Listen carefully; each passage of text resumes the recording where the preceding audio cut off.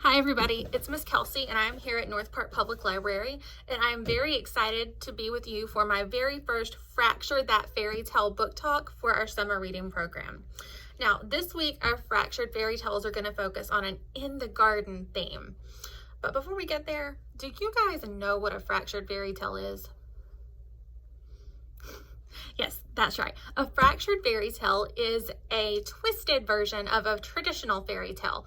So maybe the plot's different, maybe the characters are a little different, but you can still tell what that original story was. So, can you guys maybe guess, based on what I'm wearing or what's on my face here, what might be the first fairy tale we're going to talk about? Maybe it's Beauty and the Beast. And thank you, Miss Alexis, for these awesome ears that I got to wear today. I love them. They're awesome. Our first retelling is Rose Daughter by Robin McKinley. This is a tween juvenile book. I also recommend it for teens and adults. I read it for the first time in middle school and fell in love immediately. I can't tell you how many times I've read it since then, but it's a really great book. Robin McKinley is one of my favorites. So what happens in Rose Daughter is that a wealthy merchant unfortunately has a business failure and he and his family have to move out into the country into this little falling apart cottage that's covered with thorns. But one of his daughters, called Beauty, is really great with flowers and she manages to nurse those thorns into roses. So then something kind of strange happens and she has a visitor that's an old woman who tells her that roses are for love. We're going to fast forward so I don't give away the whole plot to when we're at the Beast Castle. And at the Beast Castle, Beauty encounters a similar problem. All of the roses all over the Beast Palace grounds are dying. And so she makes it her mission to revive those roses. And I hope you'll check this out and see if she succeeds in reviving the roses and if she succeeds in saving the Beast. Again, this is Rose Daughter by Robin McKinley. Cool. So let's pop on over to the graphic novels and talk about another fractured fairy tale. I'll see you there. Oh, well, it looks like you beat me here. Hi guys, welcome to the graphic novel section here at North Park.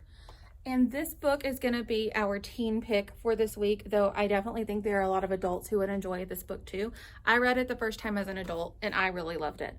So this is the graphic novel version of Snow White by Phelan. But it's not Snow White like you've ever heard before. Let me read you this part of the excerpt. It is 1928 and the glitz and glam of show business and pre-depression era New York City is in full swing. The lights are bright and life seems good in the big city. Now, does that sound like any Snow White you know? It doesn't say once upon a time, there's not any castles, but I promise you it's still Snow White. A lot of those elements from the first story are still here. Like if you check out this page, get a little preview of the beautiful illustration style, you'll see that we have an old woman and an apple. You all remember the poison apple, right? By the way, that's why I picked this book for this week, because apples grow on trees and trees could be in a garden.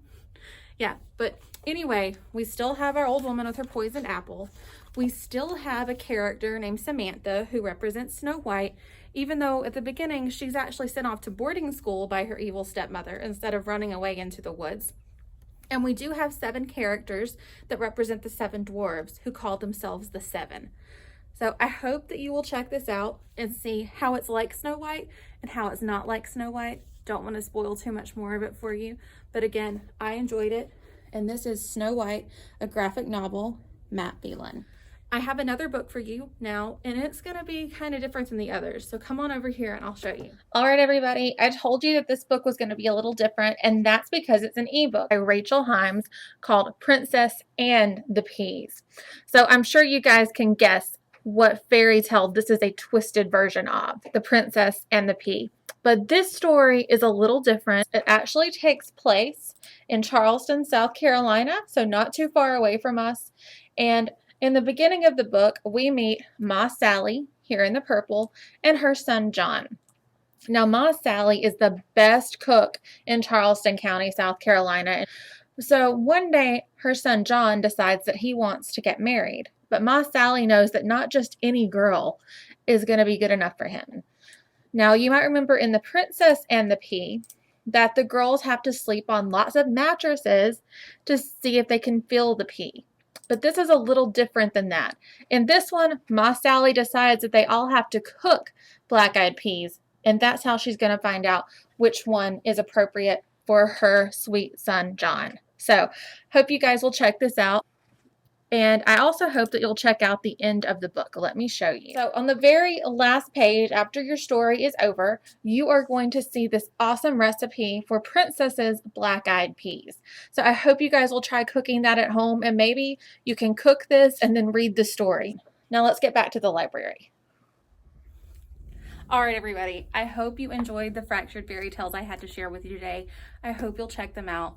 Before I go, I want to share one more book with you. This isn't a fairy tale. This is actually nonfiction, and it is called How to Write Your Best Story Ever. Top Tips and Trade Secrets from Experts, and it's by Christopher Edge. Now, as you know, our theme for summer reading is imagine your story, right? So I hope that you guys will get inspired and try to write your own story. And books like this would be really helpful. The inside is brightly colored, lots of fun. So it's not just like a boring textbook. And it has all kinds of tips and ideas for you. Like this page I love is weird and wonderful vocabulary. So if you get the itch to start writing your own story, or maybe your own fairy tale, or your own fractured fairy tale, definitely give this book a try. How to Write Your Best Story Ever. And I will see you guys next time. Happy reading.